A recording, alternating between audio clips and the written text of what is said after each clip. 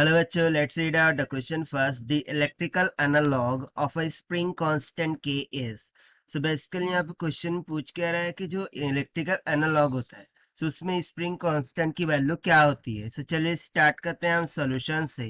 But before of it, let's talk about the key concept which we are going to use here for this question. So इसमें हम LC oscillator का use करेंगे. ठीक है, LC oscillator का concept का use करने वाले हैं कि एलसी ऑक्सीलेटर होता क्या है.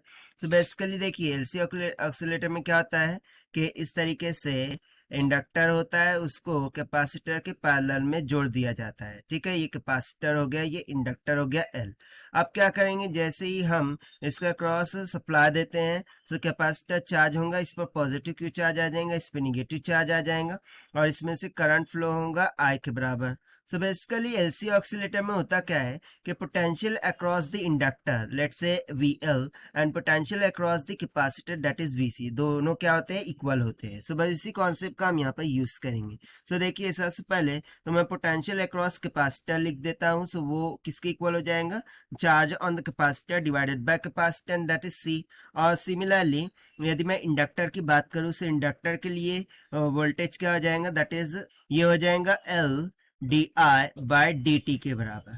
ठीक है ना. इफ यू सी दैट यदि मैं बोलूं कि कैपेसिटर डिस्चार्ज हो रहा है, ठीक है, पहले तो चार्जिंग करता है, अब कैपेसिटर क्या होगा, डिस्चार्ज होगा, तभी तो इलेक्ट्रिकल एनालॉग की तरह वर्क करेगा. तो जब वो डिस्चार्ज होता है उस टाइम पर जो करंट है उसकी वैल्यू किसकी इक्वल हो जाती है, that will be nothing but equals to D Q by D T के बराबर हो जाती है.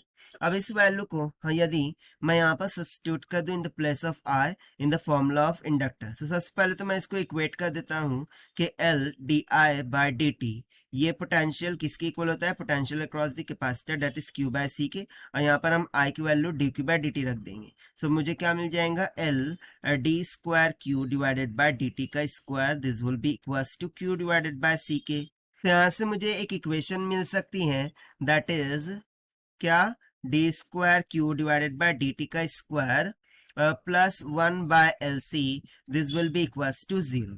अब इस इक्वेशन को हम कंपेयर करेंगे किससे, ऑक्सीलेटर की इक्वेशन से. ठीक है, सो ऑक्सीलेटर की यदि मैं बात करूं तो उसमें एक रिस्टोरिंग फोर्स होती है that is F is equals to minus of K X के बराबर. ठीक है, अब मैं फोर्स को क्या लिख सकता हूं, mass into acceleration that will be equals to minus of K X. ना अगेन एक्सेलरेशन को मैं in the form of displacement, ठीक है, या फिर in the form of velocity क्या लिख सकते हैं, डीवी बाय dt लिख सकते हैं, that will be equals to minus of K x.